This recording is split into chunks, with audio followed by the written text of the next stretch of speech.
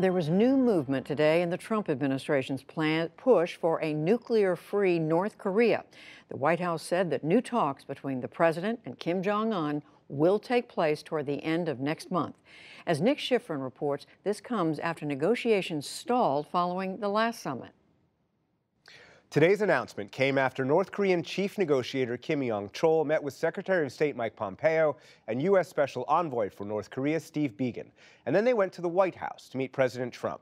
That's where Press Secretary Sarah Sanders spoke about the U.S. policy of combined diplomacy and maximum pressure. The United States is going to continue to keep pressure and sanctions on North Korea until we see fully and verified denuclearization. We've had very good steps in good faith from the North Koreans in releasing the hostages and other moves, and so we're going to continue those conversations, and the president looks forward to his next meeting. That next meeting will occur possibly in Vietnam at the end of February, about 8 months after President Trump and Kim Jong-un agreed in Singapore to establish a new relationship and build a lasting peace. Kim committed to work toward complete denuclearization. President Trump committed to providing the North security guarantees. Since then, the two sides have made no new agreements to carry out that broad framework, but they are far from the 2017 drumbeats of war, when President Trump promised fire and fury and North Korea promised to envelop U.S. territory Guam.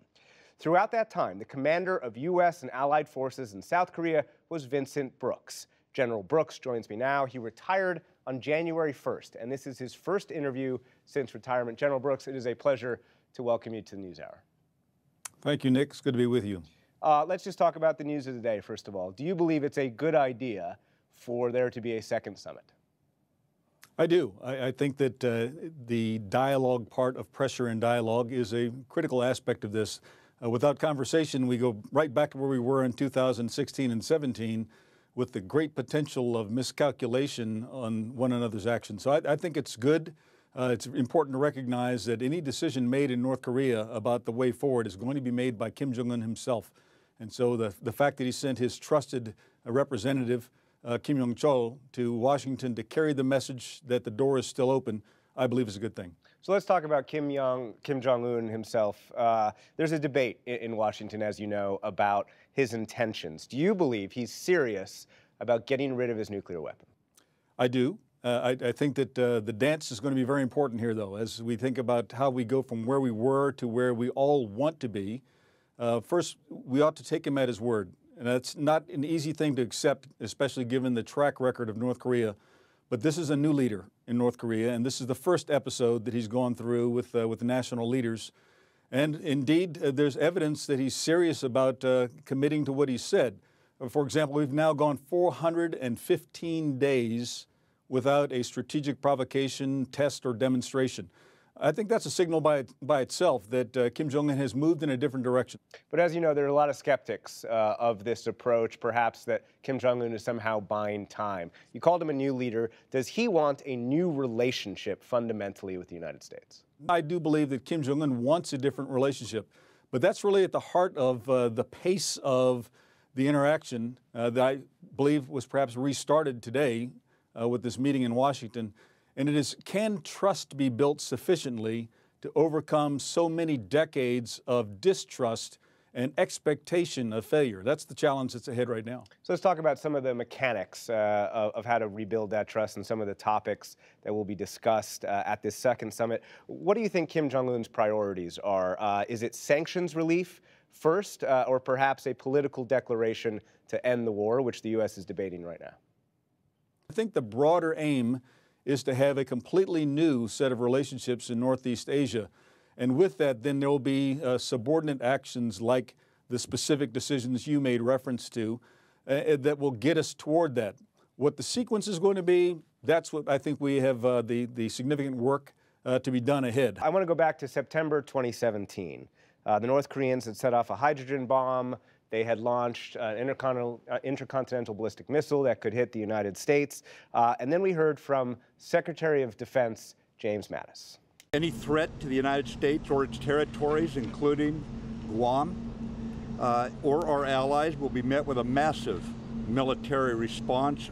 We are not looking to the total annihilation of a country, namely North Korea. But as I said, we have many options to do so. How close were the United States and North Korea to war? I'd say we were close now, but this is the nature of being close to war. And I think it's important to dig into this one just a little bit, Nick.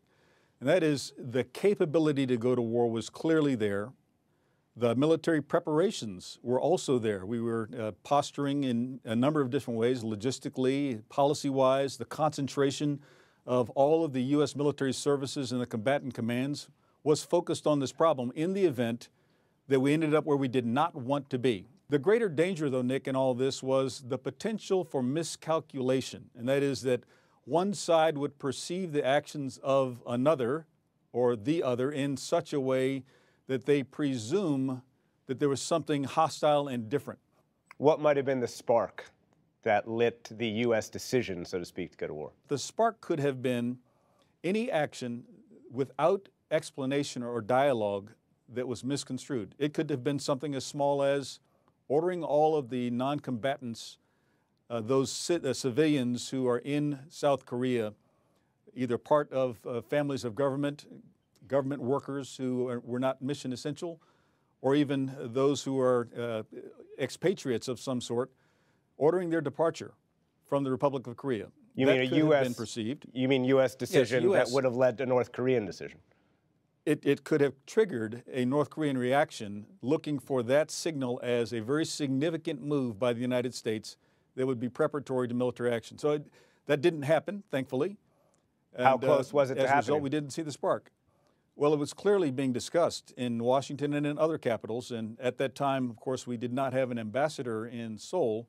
And I spent quite a bit of my own time having discussions with ambassadors, foreign ministers, defense ministers of various countries around the world who have citizens in the Republic of Korea, wondering whether this is going to happen or not. Among the scenarios you were considering, did any of them include the U.S. attacking first? The entire array was planned, and we made sure we were prepared for whatever decision the two presidents that I was serving made together. And that could include a unilateral decision made by either one of the two presidents. And I think it's very important to understand that I was a commander serving two presidents during that entire time. Meaning the South Korean president under your Joint Forces Command Exactly, and the South US Korean president. president and the President of the United States, absolutely. The U.S. suspended the major U.S. South Korean military exercises, Ulchi Freedom Guardian, as well as a number of smaller exercises. In your opinion, has that degraded readiness?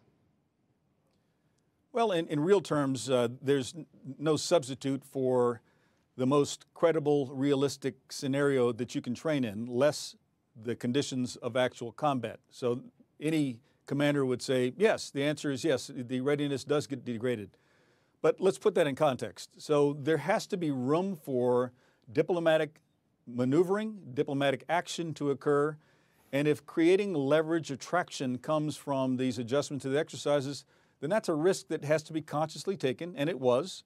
And the commanders then have a responsibility of finding other ways to maintain readiness less than the optimum method. And that's exactly what's going on. We've got very creative commanders and leaders out there who are going to find ways to keep the edge of their sword sharp, while at the same time having been told to put it in the sheath for a period of time, never forgetting how to use it. That's the way I describe it, and that's what happened here. But it does create a new challenge for how do you maintain that readiness and make sure that the credible threat is still intact. We'll leave it there. General Vincent Brooks, thank you very much. Take care, Nick. Thank you.